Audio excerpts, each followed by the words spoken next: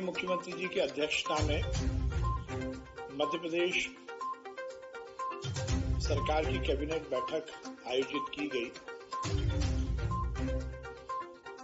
सर्वप्रथम माननीय मुख्यमंत्री जी को कैबिनेट के द्वारा सभी मंत्रियों द्वारा इस बात की बहुत बधाई दी गई कि उनके नेतृत्व में कल जनजातीय समुदाय के गौरव में इजाफा हुआ और जिस तरीके से जनजातीय गौरव दिवस मध्य प्रदेश में आयोजित किया गया भगवान बिरसा मुंडा की जयंती पर, उसने इस देश में इतिहास दर्ज किया। माननीय प्रधानमंत्री जी के मुख्य आतिथ्य में जो कार्यक्रम हुआ वो जहां एक और जनजातीय समुदाय के गौरव बढ़ाने वाला दिन तो था ही, उसके साथ ही जिस आत्मीयता के साथ इस आयोजन को आयोजित किया गया, मध्य प्रदेश सरकार ने अपने जनजातीय भाई और बंधुओं का जिस प्रकार से भोपाल में स्वागत किया, ये भारतीय जनता पार्टी की सरकार का जनजातीय बंधुओं के उन्नयन उत्थान के लिए मंतव्य को तो प्रदर्शित करता ही है, उसके साथ ही उनमें इस बात का भी आत्मविश्वास जगाता है कि मध्य प्रदेश की भारतीय जनता पार्टी की सरकार शिवराज सिंह चौहान जी के नेतृत्व में हमारे जनजातीय भाई और बंधुओं के कल्याण के लिए कटिबद्ध है। कैबिनेट ने इस बात के लिए भी माननीय मुख्यमंत्री जी का आभार व्यक्त किया कि उन्होंने जिस प्रकार से भोपाल के हबीबगंज स्टेशन का नाम रानी कमलापति जी के नाम पर करने का निर्णय लिया, वो भी जहां एक और भोपाल के इतिहास कि वो गौरवशाली परंपराओं के प्रति कटिबद्धता स्थापित करता है, जिसमें अंतिम गौण रानी के रूप में संघर्ष करते हुए रानी कमलापति जी ने पूरे समाज में एक अलग संदेश दिया था और इस बात के लिए भी माननीय मुख्यमंत्री जी का धन्यवाद दिया कि उन्होंने इतिहास को में कमलापति जैसी जनजातीय समुदाय की एक वीरांगना को उचित स्थान देने का पहल की है। इन दोनों विषय पर आज कैबिनेट ने माननीय मुख्यमंत्री जी का आभार व्यक्त किया, उन्हें बधाई दी। आज का दिन हमारी सरकार की रोजगार के प्रति कटिबद्धता को भी स्थापित करने वाला दिन है। जिस प्रकार से माननीय मुख्यमंत्री जी ने विगत दिनों इस बात का संकल्प लिया है कि हम मध्य प्रदेश में लाखों युवाओं को रोजगार देंगे। जब रोजगार की बात आती है तो जहां एक और नौकरियों का भी स्तर है जिसके माध्यम से रोजगार दिया जा सकता है, पर माननीय मुख्यमंत्री जी का ये कहना है कि हम युवाओं को रोजगार देने वाला भी बनाना चाहते हैं और इसीलिए स्वरोजगार की विभिन्न योजनाओं की शुरुआत विगत दिनों मध्य प्रदेश में हुई थी। आज उस कड़ी में मुख्यमंत्री उद्यम क्रांति योजना की प्रारंभ करने की सहमति कैबिनेट ने दी है और ये निश्चित रूप से मील का पत्थर साबित होगी मध्य प्रदेश के युवाओं को स्वरोजगार के अवसर उपलब्ध कराने के लिए। इस योजना के तहत 12वीं पास 18 से 40 वर्ष की आयु के युवा इस योजना के पात्र होंगे और उसमें यह निश्चित किया गया है कि वो युवा जो निर्माण यूनिट लगाएंगे उन्हें 1 लाख से 50 लाख रुपए तक का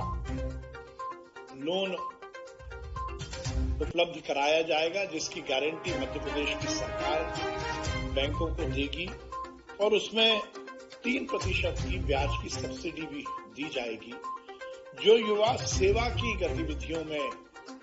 इन्वेस्ट करना चाहते हैं, सेवा की गतिविधियों में अपना रोजगार शुरू करना चाहते हैं, उन्हें 1 लाख से 25 लाख रुपए तक का ऋण उपलब्ध कराने में मध्य प्रदेश की सरकार गारंटी देगी और उसमें भी ब्याज की सब्सिडी 3% रहेगी। इस योजना में ये भी सुनिश्चित किया जाएगा कि वो युवा जो कि अपना रोजगार स्वयं स्थापित करना चाहते हैं। उसमें जिले प्रशासन के माध्यम से बैंकों के साथ उनका सही कोऑर्डिनेशन हो सकेगा। मुख्यमंत्री उद्यम क्रांति योजना निश्चित रूप से मध्य प्रदेश में उन युवाओं के जीवन को बदलने वाली योजना साबित होगी जो स्वरोजगार के माध्यम से अपने जीवन को जीना चाहते हैं। बहुत दिनों से ये बात की मांग आ रही थी कि एयरक्राफ्ट टरबाइन फ्यूल एटीएफ में जो वेट लगता है उसकी दरों को कम किया जाए। नागरिक उड्डयन मंत्रालय की तरफ से भी इस बात की पहल की गई थी और इसके पीछे ये सोच है कि यदि एटीएफ में वेट कम किया जाता है तो जहां एक और उड़ानों की संख्या बढ़ेगी तो उसके साथ साथ किराए में भी कमी आ सकती है। मध्य प्रदेश में अभी अलग अलग शहरों में वेट की दर एटीएफ पर अलग थी। भोपाल और इंदौर पर में 25% वेट लगता था। आज कैबिनेट ने निर्णय लिया है कि इस 25% वेट को कम कर अब 4% ही वेट लगेगा, जिससे एटीएफ की दर कम होगी और चाहे प्राइवेट सेक्टर का मामला हो चाहे गवर्नमेंट सेक्टर का मामला हो, उसमें मध्य प्रदेश में उड़ानों की संख्या में इजाफा होगा और हमें ऐसी उम्मीद है कि इससे निश्चित रूप से यात्री किराया भी कम होगा। मध्य प्रदेश में विभिन्न शहरों में अब प्राइवेट सेक्टर की जो कंपनियां नागरिक विमानन मंत्रालय के अंतर्गत काम करती हैं वो अपनी फ्लाइट्स बढ़ाएंगी, जिससे मध्य प्रदेश में जहां एक और पर्यटन के क्षेत्र में इजाफा होगा तो उसके साथ ही आम नागरिकों को भी इसका लाभ मिलेगा। ये एक बहुत ही महत्वाकांक्षी निर्णय आज मध्य प्रदेश की कैबिनेट में हुआ है। अब एटीएफ पर एयरक्राफ्ट टरबाइन फ्यूल पर